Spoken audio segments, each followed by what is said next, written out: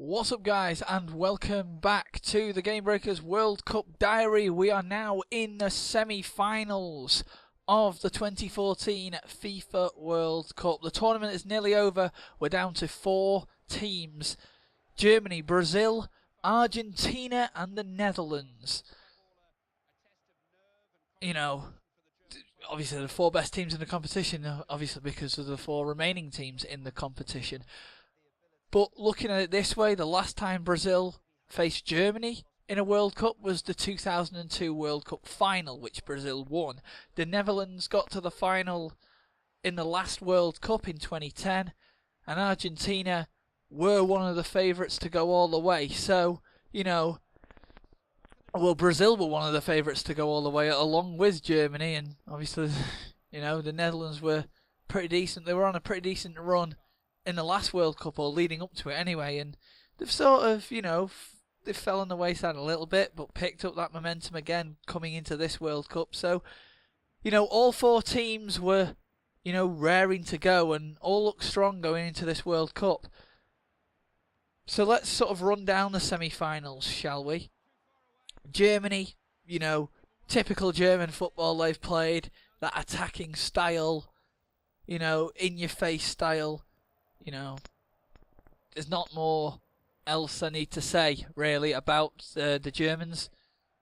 Brazil, you know, it's their World Cup. They've basically got the expectation. They are, you know, they're expected to, you know, win this thing, win their World Cup, you know, in front of their own fans. However, for the semi-final match against Germany, they will be without Neymar, who got injured in the quarter-final clash against Colombia. Suffered an injury, fractured his vertebrae in his back in a challenge. Has to be stretched off, so is out for the remainder of the World Cup. So one of Brazil's stars is out. So yeah.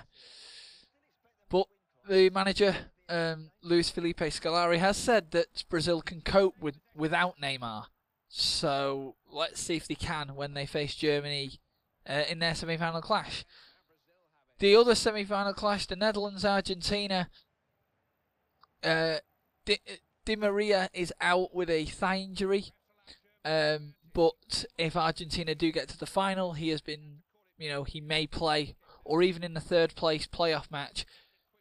Either way, the 4 teams that are remaining in this competition still have 2 matches to play, whether they lose the semi-finals or not. Because remember, you know, they've got to play in that 3rd, 4th place playoff, which really does seem a little pointless, because you're like, oh, we've lost the match. Both teams would have lost, but you're playing for 3rd place. You know, it's one of those where, oh, we've come 3rd. You know, it's not the final, but we've still got to play another match. But I'm going to make a comment here about the Netherlands, right? Their coach, Louis van Gaal, yes, he's got to play out hamstring injury. You know, Nigel Young could be out as well with a groin injury. So he's got, you know, he's going to probably make some changes. But I'm going to say something about their quarter-final clash. They were 0-0 against Costa Rica. And I'm just going to say something about Costa Rica. They've scored 2 goals all this competition and got to the quarter-finals. They've defended for their lives, but they've played well. The last 3 matches in this tournament was against England, Greece and the Netherlands. And they didn't score, but they didn't concede either. Alright, so, you know, okay, England, alright, whatever. Greece, alright, whatever. But against the Netherlands, you know, we all thought that would be a rout for the Netherlands. It wasn't. But they did them in on penalties. And that's why they're here. Speaking of the penalties, the number 1 choice goalkeeper got subbed off for the Netherlands at the very end of extra time, which meant another goalkeeper, the Netherlands' 3rd choice keeper, was in goal for the penalties. That's bizarre. But how's the 1st choice keeper going to be feeling? Because he's probably more than likely going to be in goal for the semi-final clash against Argentina. But he's going to be thinking, well, hang on, I got subbed off once. If this goes to penalties, I'm going to get subbed off again. basically, is the manager saying something? You know, am I terrible at penalties? Who knows? Or is he gonna be confident, still be himself? You know, will he be the same having to be subbed off? No one will know until the match itself. But what I want to know is, what's the second choice goalkeeper thinking? Because he's been named second choice for a reason. If that first choice keeper has to come off for whatever reason, he's second choice. He should go on. But the third choice keeper came on, not the second choice. So he must be thinking, well, hang on, I'm the second choice keeper. Why aren't I on that pitch saving the penalties? There was no need to do the sub, really. The first choice keeper, there was nothing wrong with him. He wasn't, carded. He wasn't, facing a suspension in the next match if he got booked. He wasn't injured, so. But it was a tactical choice that Louis van Gaal, Netherlands coach, chose to make. It paid off for him. Tim Krul came on and, won him the game. Them are probably the only saves he's ever going to make in this World Cup. But he got them through to the semi-finals where they'll play Argentina. Just, bizarre goings on in that semi-final clash. But it paid off. It was a tactical sort of masterstroke, if you want to call it that. But it paid off. So yeah, Germany, Brazil, and the Netherlands and Argentina. It could either be a South American European final, an all South American final, or an all European final. Anything could happen. Who do I think will get to the final? I don't know. It's too hard to predict right now. But I did say, I made a little thing at the start of the tournament. I didn't say it on a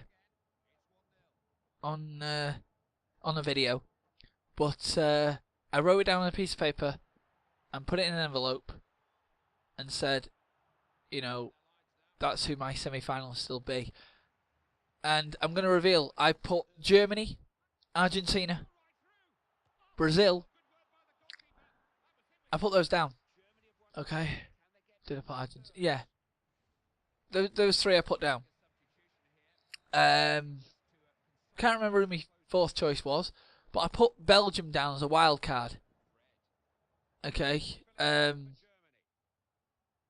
My fourth choice, that was it. Spain was my fourth choice. They got knocked out. Belgium got knocked out in the quarterfinals against Argentina. So I'm left with Brazil, Germany, and Argentina. I got 3 out of the 4 quarterfinalists. So I didn't do too badly. And my wild card got to the quarterfinals. So, didn't do too badly with the predictions. And if anybody doesn't believe me, I can, I'll probably tweet the picture out of the actual thing that I wrote down. It is dated. It is signed. So, and that was done on the day of the first game. So, you guys can believe what you want from that, but I know that I did that. So, anyway, that's that. There will be another one of these World Cup diaries come the final, for all that final talk and, just reviewing the 3rd, 4th place playoff really as well. And I don't know if there'll be one after the final or not, but we'll see. There might be. I don't know. But yeah, so I've been Dave from Gamebreakers. And there'll be more of this World Cup diary coming up. There'll be a couple more episodes, as I said. So yeah, I'll see you when I see you. Bye.